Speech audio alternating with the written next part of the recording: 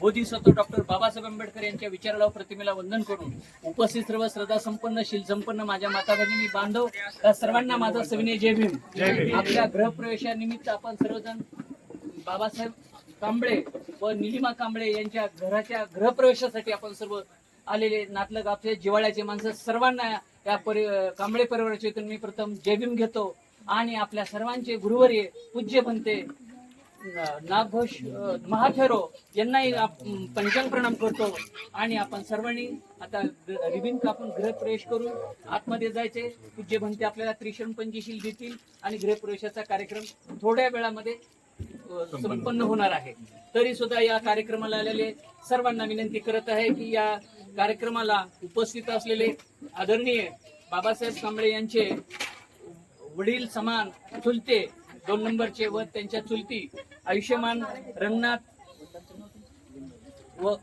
लिंबाजी कांबळे व आयुष्यमाननी विमलताई रंगनाथ कांबळे या मातेला व चुलत्यांना विनंती करतो तुम्ही इकडे या। तुमच्या हाताने रिबिन कापून बाबासाहेबांना राजरतन कांबळे निलिमा कांबळे आणि बुद्धभूषण कांबळे यांना या घरात राहण्यासाठी तुमच्या हाताने रिबिन कापायची आणि त्यांना प्रवेश करून द्यायचा आहे। तुम्ही या इकडं। आणि तसेच आपल्या निलिमाची आई रुक्मिणबाई घाटे या सुद्धा या ठिकाणी उपस्थित त्यांनी मेन सर्व हृदयाचे माणसं इथं आलेले सर्वांना विनंती करतोय आपण लगेच आपण जाऊ सर्व आमचे नातलग आपले सर्वांना जय भीम। चला या आमच्या रंगनाथ कांबळे साहेब व विमलताई कांबळे व रुक्मिणबाई घाटे आदरणीय विजयभाऊ घाटे यांनी यायचे मध्ये इथं या फुलं द्या विजयभाऊ आरतीताई फुलं वाहा तुम्ही पण दारामध्ये फुलं वाहून घ्या। चला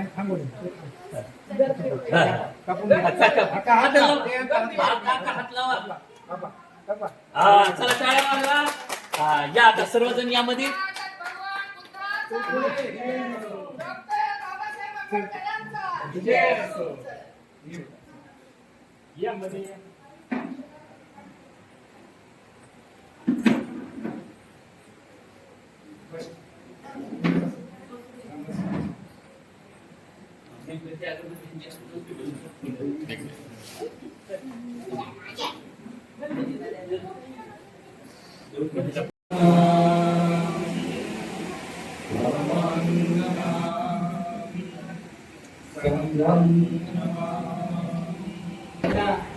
तेव्हापोटी आपण सर्वजण खूप लांबून आलेले हे सगळे नाटक अभ्यास त्या सर्वांचं मी पुन्हा एकदा अभिनंदन करतो आणि स्वखुशीनं 2-2 मिनिटांमध्ये कुणाला शुभेच्छा द्यायची असेल तर नाव काही घेणार नाही। अगदी 2-3 माणसांनी शुभेच्छा देतात आपल्याला पंडितजींचं प्रवचन ऐकायचं तुझे म्हणतो त्यांनाही मी वंदन करतो आणि पुन्हा सर्वांना जरूर करतो। आणि आज या गृहप्रवेशाच्या निमित्ताने आज आपण सारे एकत्र आलेलो या ठिकाणी। मगाशीच आमचे सांगळे सर जे आहेत त्यांनी सांगितलं की माझा विश्वास बसत नाही की रिक्षावाल्यांनी एवढा मोठा लंबा आणला। सांगळे साहेबांना मी सांगू इच्छितो ते खरं तर माझे वडील बंधू आहेत, मी त्यांना सांगू शकतो की भारतीय संविधानाच्या माध्यमातून जर एक रिक्षावाला मुख्यमंत्री होऊ शकतो तर मग एक रिक्षावाली बांगला बांधण्याचा काय प्रॉब्लेम। आयुष्यमान बाबासाहेब कांबळे केंद्रीय शिक्षक आहेत, भारतीय बोर्ड महासभेचे क्रियाशील बोर्डाचार्य आहेत, त्याचबरोबर आमच्या निलिमाताई अगदी कसोशीनं हे धर्माचं पालन करतात आणि धर्माच्या प्रसार आणि प्रचाराचं कार्य या पंचक्रोशीमध्ये ते करतायत। त्यांची 2 मुलं आहेत, चांगल्या पद्धतीने शिक्षण घेत आहेत, काही जॉब करतायत, त्यांच्या पद्धतीने ते पुढे चाललेले आहेत। त्यांच्या नातेवाईकांनी मगाशी सांगितलं की खूप गरीब परिस्थितीतून हे कुटुंब पुढे आलेलं आहे आणि हे आपल्याला ऐकायचं असतं। तेव्हा त्यांनी बांगला बांधला विषय संपला नाहीये, किती कष्ट केलं तर मगाशी कोणीतरी सांगितलं की त्यांनी पेपर सुद्धा विकले, पेपर ते वाटायचे विकायचे, पुढे मग काही काम केलं त्यांनी, ताईंनी काही हॉस्पिटलमध्ये काम केलं असेल आणि मग आता ते रिक्षा चालवतात। ह्या सगळ्या संघर्षातून त्यांनी पैपै करून आपल्या घामातून कष्टातून हे त्यांनी यश मिळवलं, एवढं मोठं त्यांनी घर बांधलेलं आहे। आणि म्हणून असं म्हणतात की माती एकत्र केली तर चिखल तयार होतो, चिखल एकत्र केला तर विटा तयार होतात, विटा एकत्र केल्या तर भिंती तयार होतात आणि भिंती एकत्र केल्या तर घर तयार होतं। बरोबर आहे। पण विटा रेती माती आणि भिंतींचं घर नसतं, त्या घरामध्ये जी माणसं असतात ना त्यांच्या संस्कारावरती त्या घराचं घर पण अवलंबून. शुभेच्छा द्यायच्या म्हणजे काय द्यायच्या, तर हे बोलायचे आपल्याला की त्यांनी किती कष्ट करून त्यांनी इथपर्यंत ते आलेले आहेत. मी नेहमी सांगत असतो की बाबासाहेबांनी आपल्या रक्ताचं पाणी करून मानवतेचं हे स्वातंत्र्य आपल्याला तुम्हाला आणि मला दिलं, आणि म्हणून आज आपण रुबाबामध्ये मिजाजगिरीमध्ये माणूस म्हणून जगत आहोत. नाहीतर काय दिशा आहे कांबळे बाबासाहेब कांबळे गुरुजींची इथे बंगला बांधायची. हे जे मानवतेचं स्वातंत्र्य आहे ते बाबासाहेबांनी आपल्याला दिलेलं आहे. म्हणून आपल्या आईवडिलांपेक्षा आपल्याला जर कोण श्रेष्ठ असेल तर ते बाबासाहेब आहेत, हे मी ठामपणे तुम्हाला सांगतो. कारण मी माझ्या आईला आणि बापाला दुय्यम मानतो. जन्म दिला, कर्तव्य त्यांनी त्यांचं काम केलं, मला जन्माला घातलं इथपर्यंत ठीक आहे. पण माझ्यासाठी माणूस म्हणून जगण्याचा अधिकार जर त्यांनी कोणी दिला असेल, आपली स्वतःची 4-4 मुलं मागील राहिली असतील, आपल्या पत्नीला देखील त्यांनी व्यवस्थितपणे सगळ्या गोष्टी दिल्या नाहीत. आज जर विचार केला, आज जर तुम्ही फोन करून मला सांगितलं सकाळी की बाबा येताना 2000ची साडी अंतर नाही आणली तर संध्याकाळी त्याचं काही खरं नाही. पण माता रमाईने मुद्दाम तुम्हाला एक गोष्ट सांगतो, कारण धर्माचा प्रचार करणारी माणसं होता.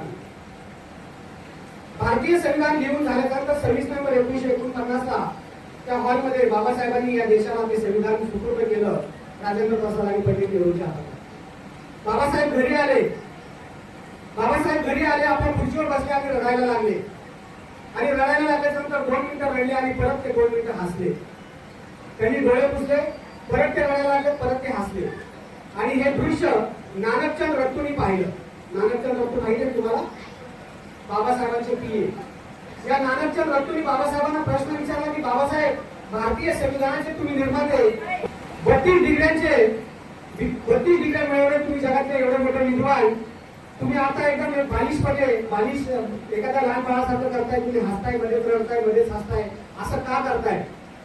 त्यावेळेस बाबासाहेब नानकचंद रत्तूला त्या प्रश्नाचं उत्तर देताना म्हणतात की नानकचंद, तुला एक गोष्ट सांगतो की मी आता जे रडत होतो ना, तर मला एक गोष्ट आठवली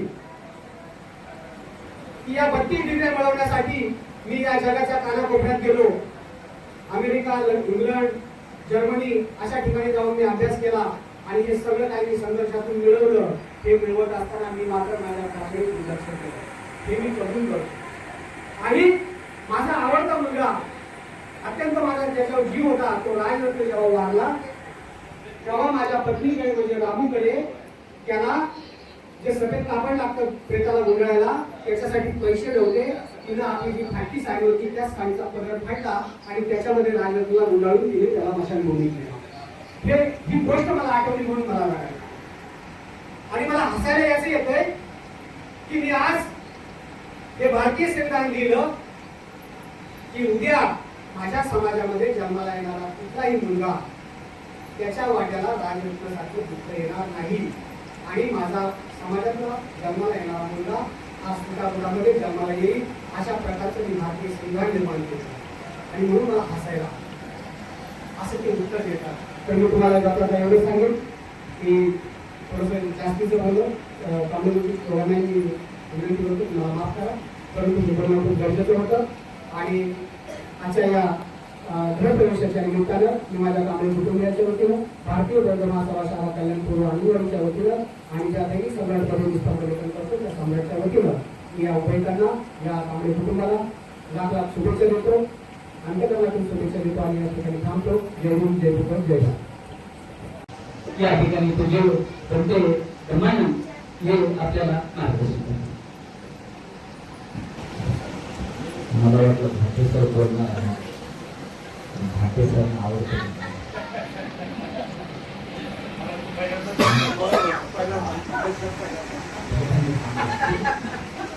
आणखी एक बोर्डाचे सर होते, ते नाव घेत होते, परंतु त्यांनी नाव घेतलं लगेच साहेबांची शुभेच्छा आल्या आहेत असं मी समजतो, कारण बाहेर गेले होते. महागावी तत्कालीन गौतम बुद्ध प्रियदर्शी चक्रवर्ती सम्राटाचो भारतीय राजघटने विश्वप्रकार परंतु सर्व भारतरत्न डॉक्टर बाबासाहेब आंबेडकर या महामानवांना वंदन करून आपल्या सगळ्यांना सप्रेम जय भीम. बाळासाहेब कांबळे सरांनी गृहप्रवेशाचं आमंत्रण दिलं मला आणि म्हटलं कोणी आमचं आपण जाऊया, कारण ग्रामीण शिबिर चालू आहे तिथे तिथे तुमच्या कोळगाव शिबिर आहे, तसं तिकडे पाटणला आहे की वाडेगावला सुद्धा परंतु नागपूर महासभा यांच्या माध्यमातून आपण वाडेगावला शिबिर घेतलेलं आहे. वाडेगाव पोलीस शिबिराला काम करून गंभीर त्या ठिकाणी हा सुंदरसं बोलून गेला आहे. फार सुंदरशी तिथे शिबिर चालू आहे. त्या शिबिराचा वेळ काढून त्यांची या ठिकाणी आलेली आहे, त्या ठिकाणी आलेला आहे. तुम्हाला खूप खूप मी आम्ही कामना देतो. पहिल्यांदा मला वाटतं बाळासाहेबांचं बोलायचे आता असते कारण बोलायच्या दान देत नाही, कारण बोलायच्या बंगला बांधत नाही. परंतु आठवच्या माध्यमातून आणि जे काही व्यवसाय त्यांनी पहिलेपासून कमवलेला आहे, काही जमवून जे काही मिळवलेलं आहे त्यांनी सुंदरसा बंगला बांधलेला आहे. देवीनं काही बोलायचे आहे, बाळासाहेब बोलायचे आहेत आणि फार सुंदरसं धर्माचं काम करतात. त्यांना मी मंगल कामना थोडंसं उदाहरण देऊ. मी या ठिकाणी थांबवणार आहे. त्यानंतर नागपूर महादेव आपल्याला आशीर्वाद देतील. वेळ खूप झालेला आहे. भजनाचा सुद्धा तुम्हाला आस्वाद घ्यायचा आहे, जेवणाचा आस्वाद घ्यायचा आहे आणि कार्यक्रमाचा वेळ असतो थोडाफार. तर एक सुंदर उदाहरण मी देत आहे की हे बंगला जो आहे ती आहे आपली संपत्ती आहे. काय आहे?